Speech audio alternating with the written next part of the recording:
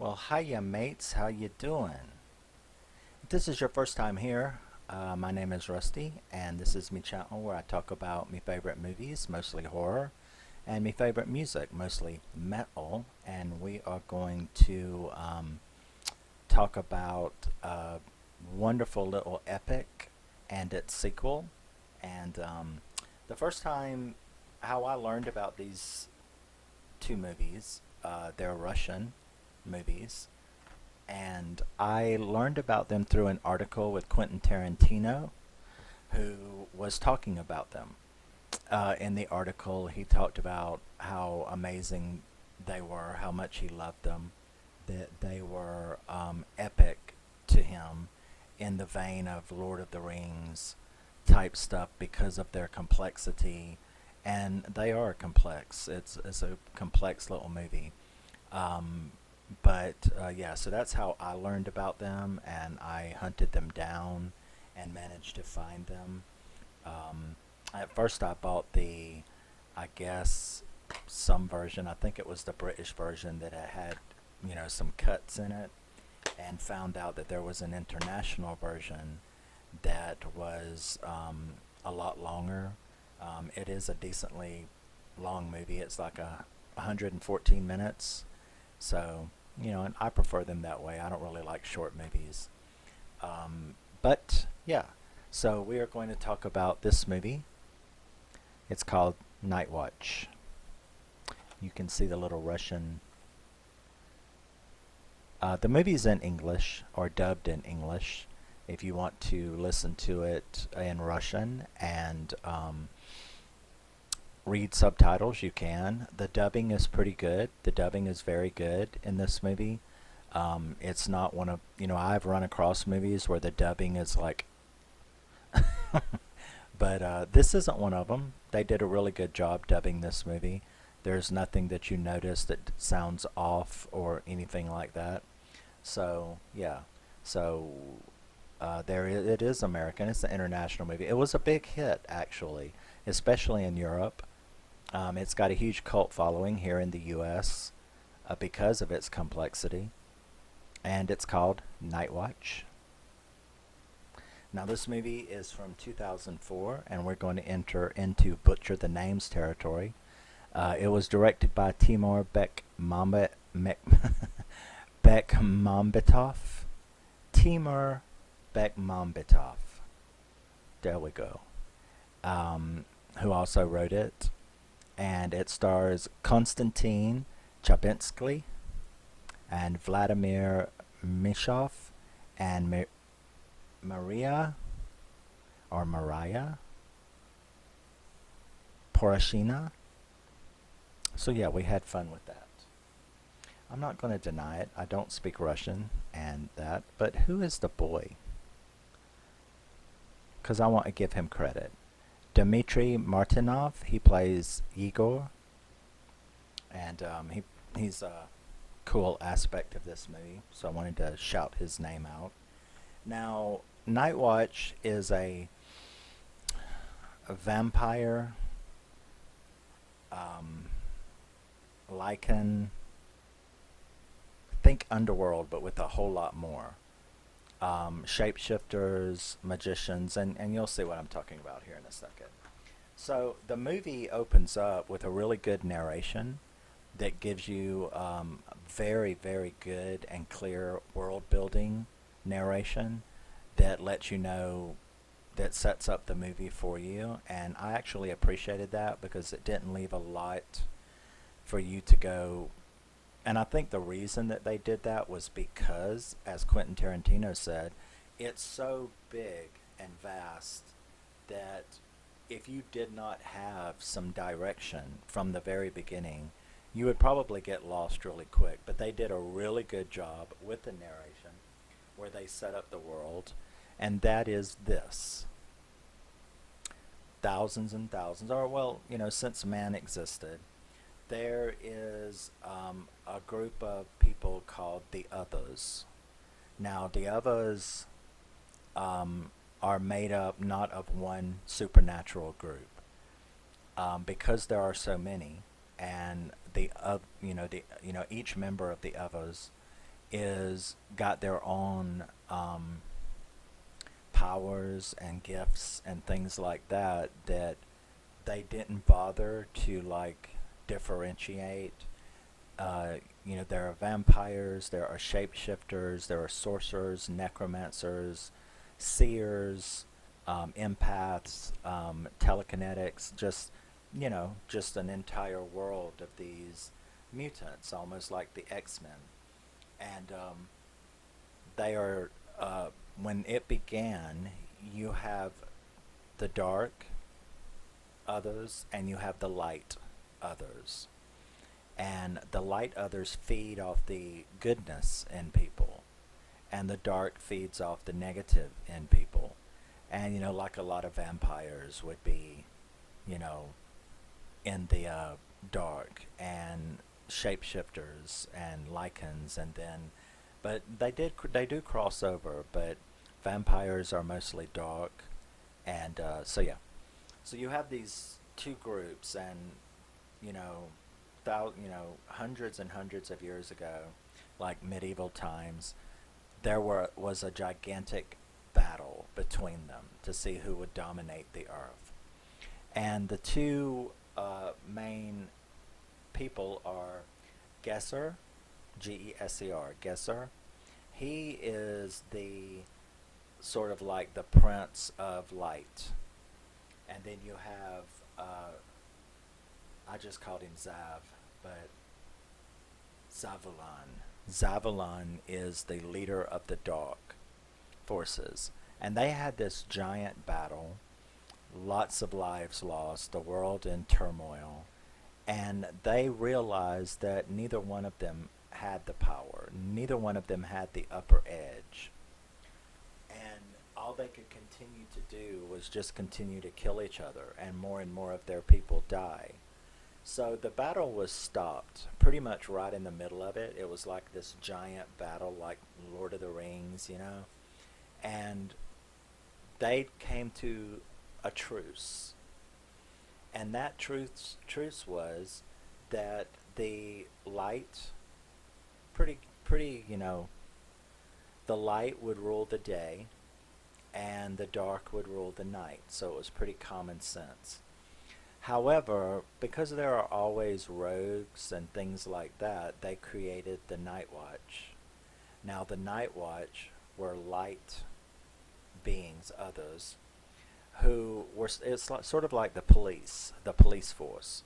So the Night Watch is the police force made up of light others who keeps track and keeps in line, and sort of rules the day and keeps an eye on any um, dark others who are try to violate the truce, with all of the rules that like you can't feed off humans, you can't cause trouble, and you certainly can't kill one another, if you know what I mean. So they have all of these rules, and the Night Watch keeps watch on the dark others, and the Day Watch keeps watch on the light others. So you're given this history, and this backstory, and then you're given the prophecy. Now, in the others, there is a prophecy that says that, I guess, sort of like Jesus or something, that every so often a great other is born. You know, they're very rare, and there's only, a couple of them at a time. And these great others that are born have massive, massive power and can control the thing now. But everyone who is born, remember a while ago I told you that what breed you are doesn't determine which side you're on. When an other becomes at the age of 12, they can make a choice to choose light or dark. So you could be a vampire that chose light, and you could be a shapeshifter that chooses dark. There is no set. You're not like pigeonholed into which side you choose. So there's that is a piece of the world building. Now, once you're told, once you're told all of this, and of course there was the giant battle and all kind of cool scenes that was during the narration. It's not like a black screen with Star Wars written on the screen. You actually get to see all of this stuff taking place. And we then time warp to the current time, which is 1992, which is when this movie was set. So, um, you have this guy named Anton, and he is showing up at some weird lady's house, and he goes in, and you sort of figure out through the dialogue. There is so much that I'm going to skip, okay? You find out through the dialogue that he is there because his wife ran off with him. And this person is claiming that they can find him like an investigator, but actually this person is an other. She is a witch. And he doesn't know it yet, but so is he. So, you have to realize that there are others who are born with gifts who, if nobody is around to tell them who they are and what they can do, unless they stumble upon it, like, unless you happen to, I'm trying to think of an example, like something that happened in the movie or something that would explain it, you could be an other but not know it. And let's say that you're 16 or 12 or 32 or however old you are, and you do something like, I know, like one of the things he said in the movie in explaining that little aspect in a scene was that, let's say that you're outside and a toddler gets caught under a car, and you run over there and you pick the car up like Superman, like baby Superman did in Superman. You didn't know, you see, until you did something. You looked at somebody and said, I hate you and wish you would drop dead, and they drop dead, and you're like, did I do that? So, you have others that are born who are around people who know who they are and explain it and bring them into the fold immediately. And then you have other people that stumble across it later in life. So Anton is one of those. He's, his wife runs, or his girlfriend runs off. She's pregnant. And they want, he wants them to, this person who he thinks is just a typical witch, not like a real one, right? But she actually is. And she starts telling him that she can take care of the matter, but it would, because she read him, because she's a witch, she's an other, so she could look in his mind and see what was going on. And so she told him that she could take care of the matter, but that it would cost the baby. And you're like, what? And he did the same thing. And she was basically like, the kid's not yours. I can see it. The kid isn't yours, and I'm going to get rid of it as payment for me casting this love spell, breaking her up with her other person, and bringing her back to you. And she makes him put blood in a little drink and, little witchy stuff. And so he agrees to that, and she attempts to make the woman miscarry, and you're seeing all of this. So she attempts to make the woman miscarry this kid, this baby, and all of a sudden the door flies open, and it's members of the Night Watch, and they come in and they start attacking her because she's violating the rules. She's using her power, making money off of it, trying to get this guy interfering in the timeline, whatever. She's violating the rules. So they show up, and although she does get part of the spell done, she's not able to clap her hands, which is going to kill the fetus. and they attack her and they jump all over her. And meanwhile, Anton, he's like knocked to the floor. He has no idea what's going on. And that's when we are introduced to the Gloom, Gloom. I'm going to start spelling things because of the accent. But the Gloom. Now, the Gloom is sort of like another dimension that only an other can enter. You can use it to like transport yourself certain distances. You can hide. It's just sort of like a nether realm, a void that the others can enter. And because of him being knocked down and drinking that drink that she had given him, that concoction, he enters the void, the gloom. And the Night Watch, has attacked this woman and, is like arresting her. And he actually starts going, he finally like comes to enough because he's in the gloom and it's like freaking him out, which I mean visually it will freak you out as well. But he says, "Who are you people?"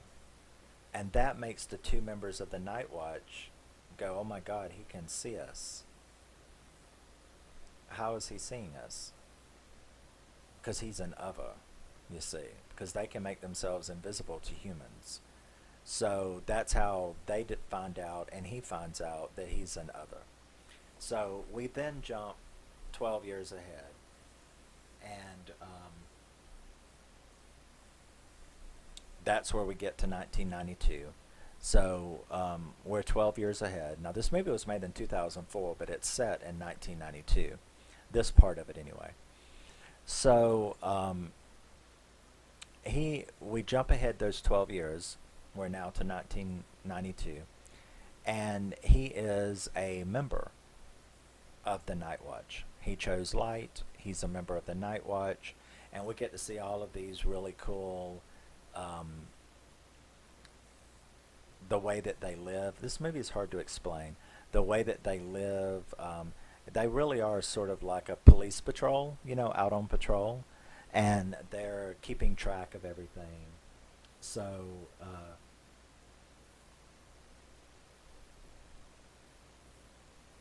yeah, he is, we get to see him. They are looking for a child. We are then introduced to Igor, um, and he is a 12-year-old, and he's swimming in a pool, and his nose starts to bleed, and he starts hearing voices, or particularly one voice, and he starts like going to it. Now the Night Watch has picked this up because they have this really cool, like a police station, and they have ways of knowing what's going on. So they're like, hey, this 12-year-old kid is being called by what we later find out is a vampire. So this kid is being called by this vampire and led off somewhere, but no one really knows why. Because, like I said, I know the whole story, so I'm wanting to continue. I'm wanting to say stuff that I shouldn't. But so we see Anton going and trying to find. They're like GPS. Like trying to zone in on what's happening. He goes and has this big fight with this vampire couple.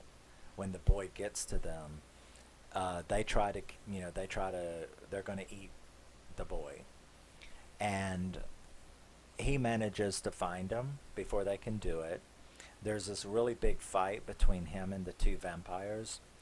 And meanwhile, his team, who are both shapeshifters, they show up right as, I don't know, the fight was a little shaky as to who was going to win. And they show up, and one of the vampires, the male vampire, he's killed, and the girl vampire gets away. Now, of course, the Night Watch is very upset, and the boss, is very upset because they killed, right? They killed a dark other, which is a violation of the truce.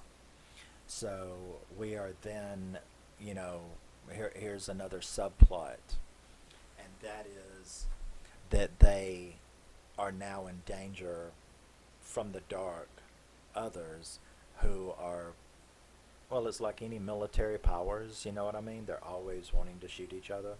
They're always looking for war. So, especially the Dark Others, you know, the leader of the Dark Others, Zav, he's always looking for a reason to start a war. And him violating that rule, killing one of the vampires, um, kind of gets it started, you know. So, as he's looking for the boy, though, which happened, you know, before the big giant fight, he had seen this woman on the train. We later find out her name is Svetlana. Okay, Svetlana um, doesn't react.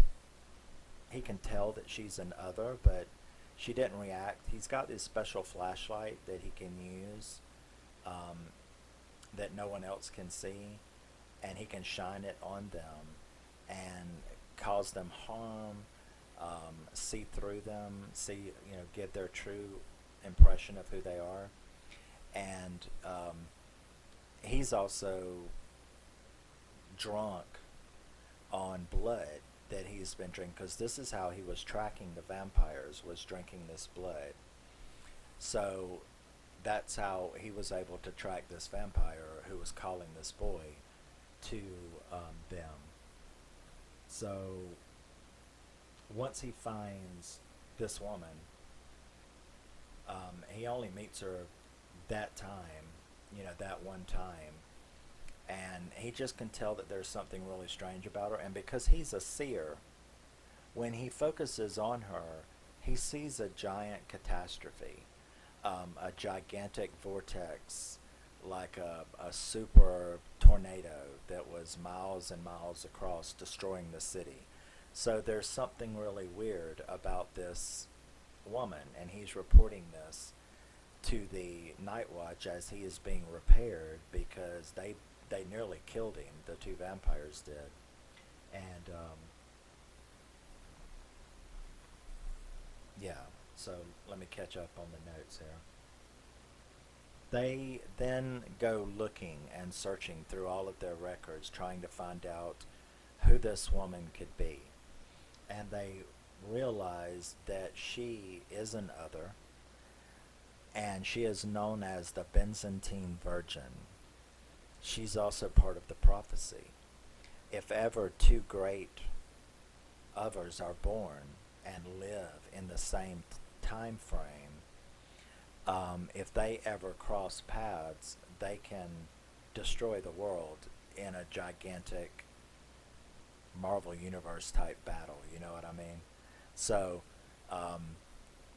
that is who they figure out that she is, and that she is cursed. She is known as the cursed Byzantine Virgin, because and she doesn't know this, and that's because whenever she looks at a person or has close contact with them, something really bad happens to them. They die. Someone close to them dies. She's like Typhoid Mary mentally. She doesn't give you a disease, but something's going to kill your ass if you talk to her. So now they're worried not only about the Byzantine Virgin, but they have figured out that this 12-year-old boy is the great other.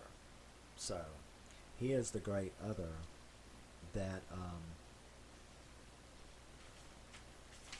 that is prophesied. So they are, of course, becoming very nervous about all of this, because it seems like the apocalypse is approaching on the earth. Because you have two great others together. They're both in the same city. And, you know, here is this kid that they have determined is their great other. Now, he hasn't made a choice yet, right, light or dark. But the prophecy said that whichever side he chose, because the Byzantine Virgin is sort of like neutral, she doesn't give a shit. She doesn't know anything about it. And her part in the prophecy is not to be on one side or the other, but to be the bringer of destruction. So it doesn't really matter which side she's on. It's the boy that matters, because the prophecy says that whichever side he chooses, will, have more power than the other, and they can, take over the world. And the dark ones are, of course, out, up to apocalypse. You know what I mean? They're okay with that, like they always do. It was sort of like Spike in Buffy. He always wanted to bring about the apocalypse, and then every time it got close, he would be like, "Wait a second, I can't have no fun if everybody's dead." So he would always change his mind. Well, the Darks are kind of like that. They're always wanting apocalypse until it's on their head. Then they're like, I don't know, maybe this isn't a good idea, because, we have fun being bad, but you can't be bad in a dead world. If that makes any sense. It does to me. That's what makes people like that, who always want to bring down destruction, until they get it, and then they're like, but, I want to be bad and I want to destroy the world, but then if I destroy the world, I can't be bad, and I really like being bad, so maybe I shouldn't destroy the world. It's sort of a catch-22. So, after they have found the boy, Anton keeps, looking for the boy, because now they know that that girl vampire that had tried to bite him, she's still looking for the boy.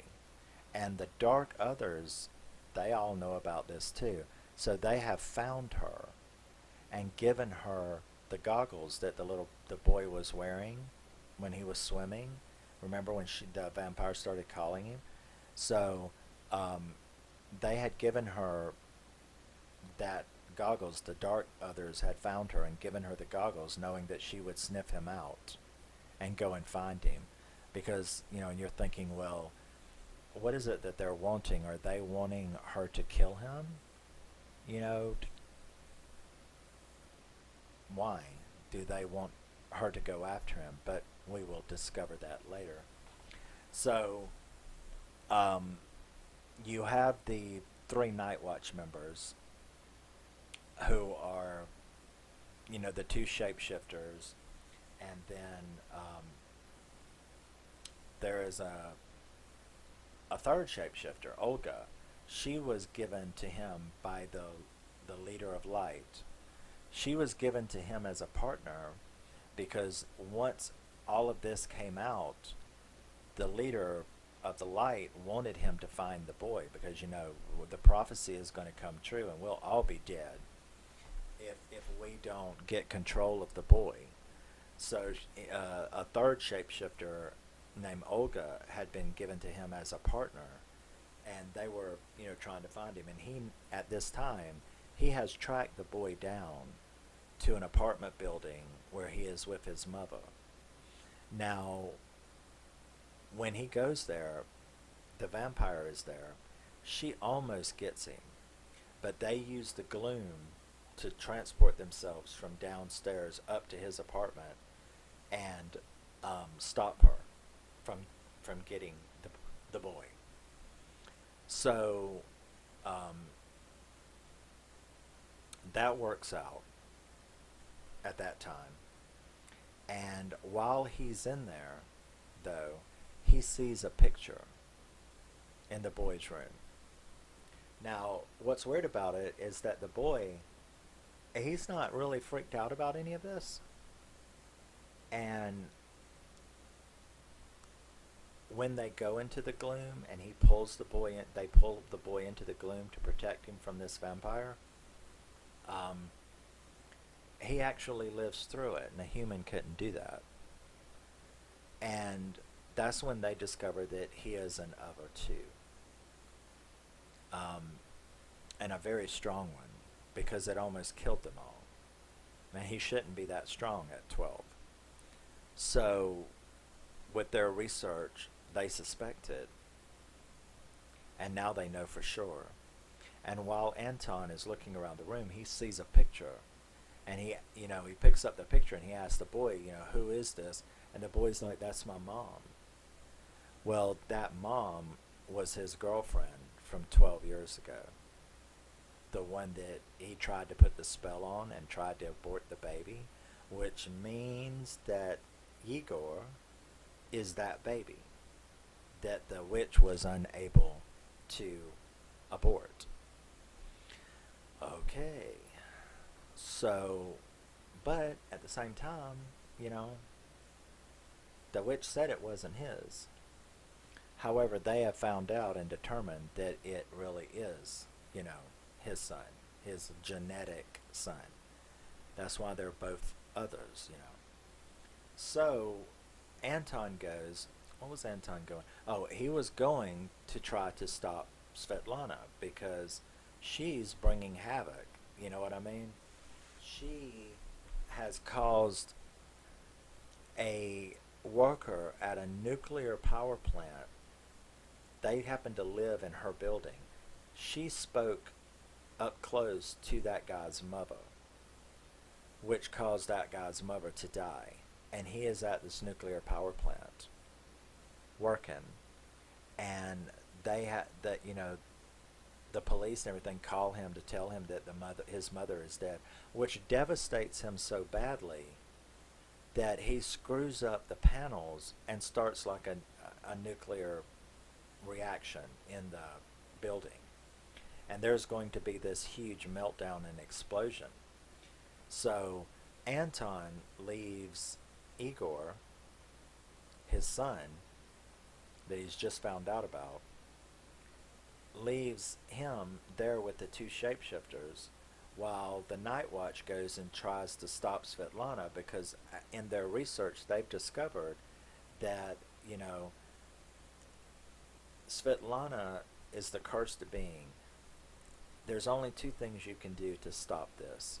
You have to find her, find out the root, the cause of her curse. What is her curse? Why is she cursed? Or you have to kill her. Because if you don't, there's going to be an apocalypse. So while he goes and does that,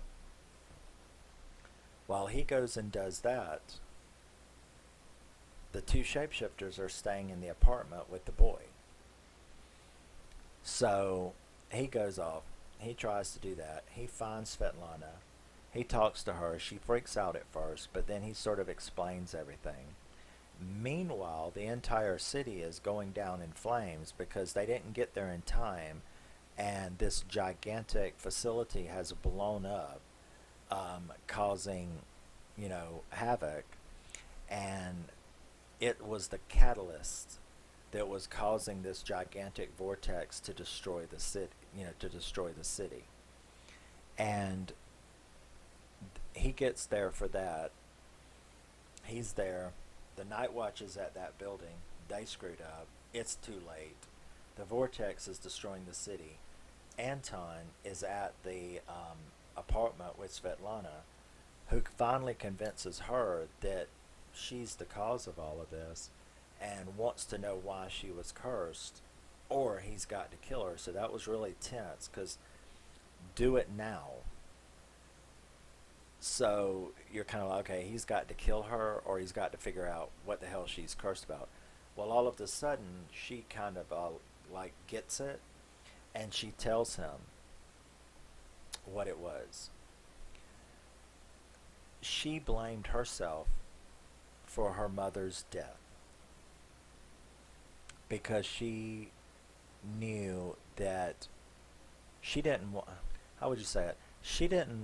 Her mother had kidney failure, and her mother didn't get along. They couldn't stand each other. So the only way to save the mother was for Svetlana to give her a kidney transplant. But Svetlana didn't really want to do that, but she didn't want to be the cause of her mother's death. So which one was going to win out? So she decided that she would tell her mother she was going to give her a kidney, knowing that her mother couldn't stand the bitch and would refuse it. And that's exactly what she did. And she died. And Svetlana then felt so guilty because she knew she had told her mother it was coming from me because she knew her mother couldn't stand her and wouldn't take it. So even though she didn't kill her, in a roundabout way she did. Because if she hadn't have told her who the kidney was coming from, she would be okay. So you see, now, the fact that she was an other, her power, her particular gift was strong emotion. Something said in strong emotion could come true. So she has to watch what she says. That's her gift. So when her mother had died, she had yelled out that she cursed herself to hell. So it turns out that nobody cursed her. She cursed herself. You would do that all the time, but you're not an other with the power. And that was her power. So when she said, I curse myself to hell for doing that, she really did curse herself to hell.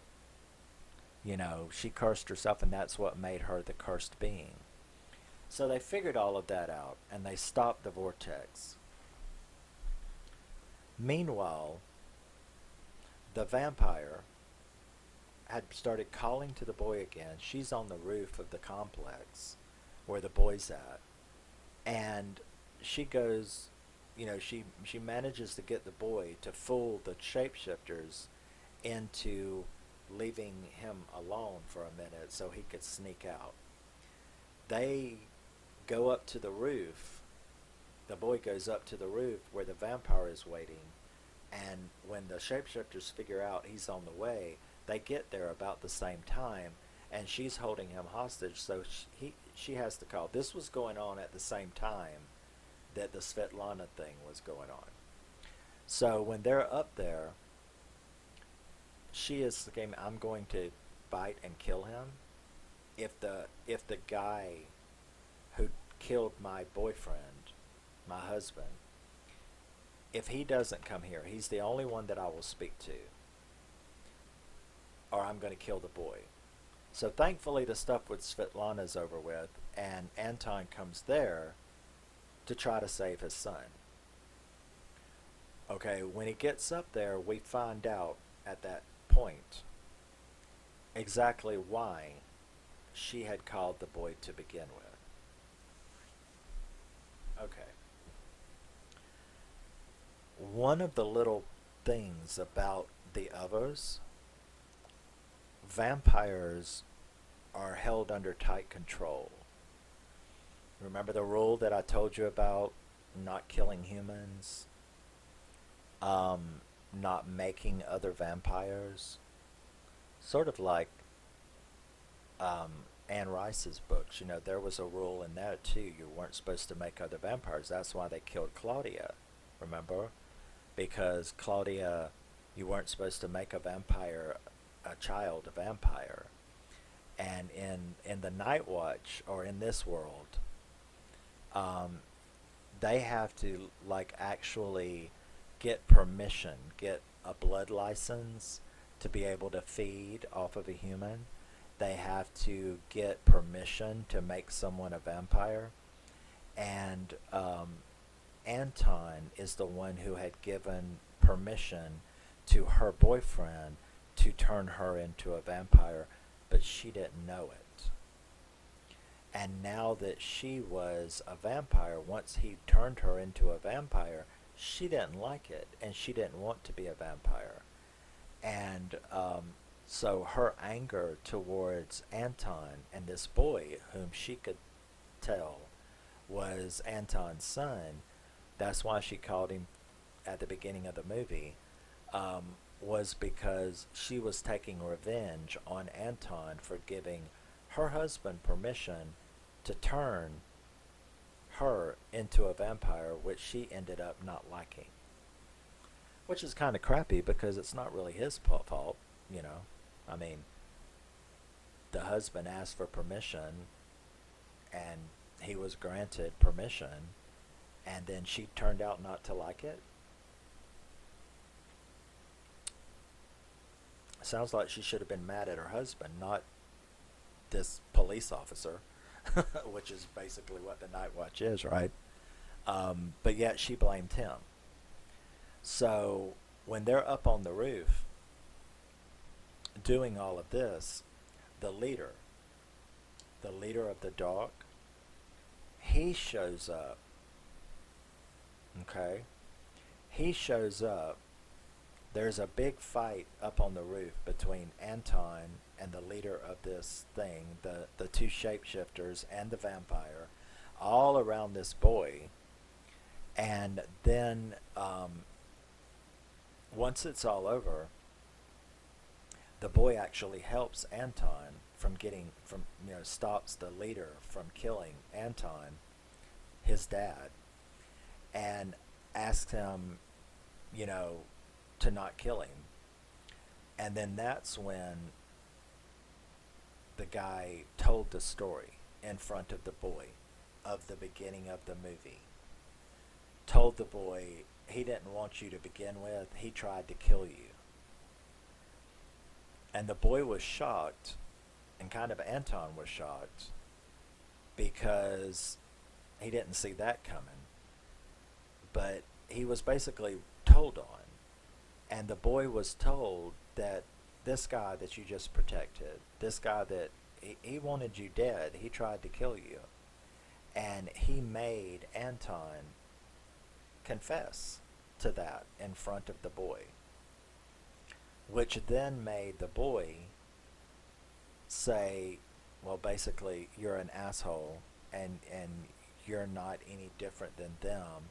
Because remember, earlier, they had explained what being an other was about. They had explained the world and the rules and everything. They had told him that he could choose.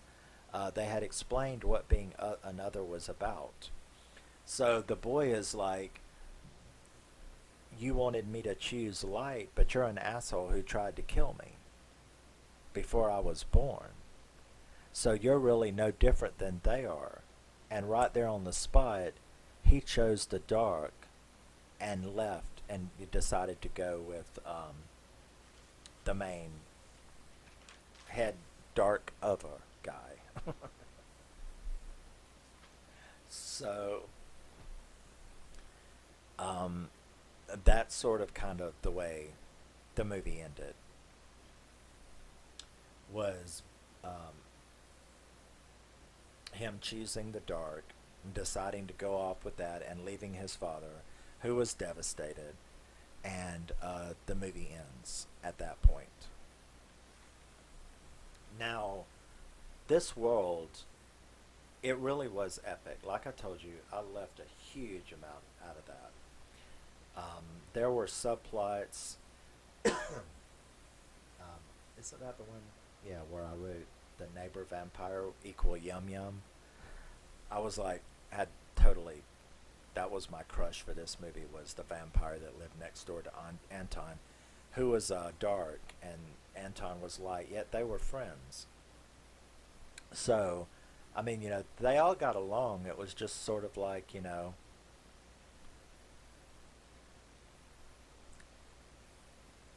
Quentin Tarantino was right about this movie.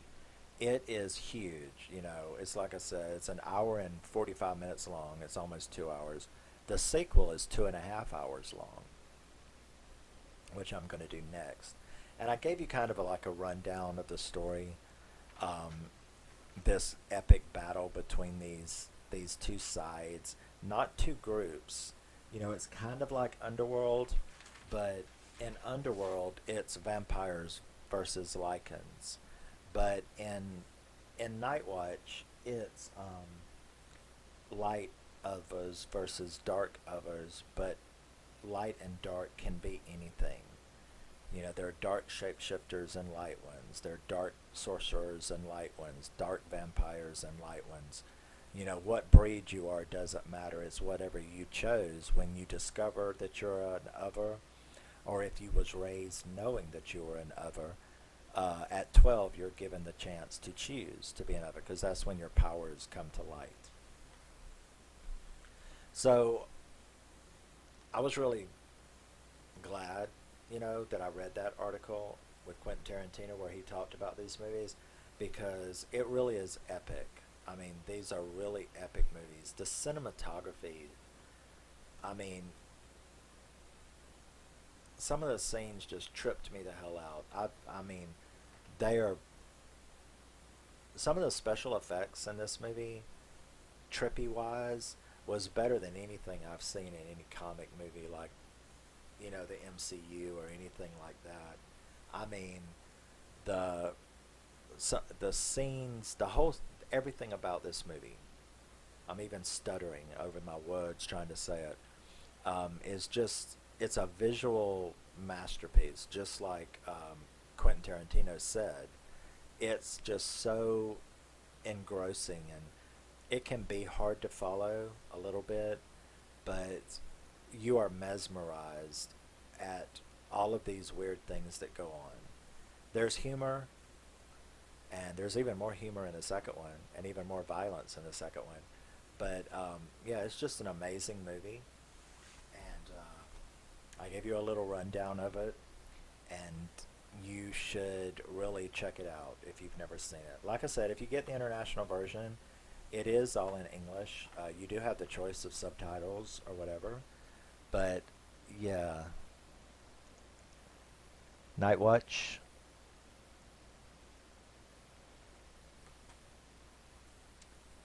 I absolutely loved it. It's like an 8 out of 10 to me. Um, I love the world that they created.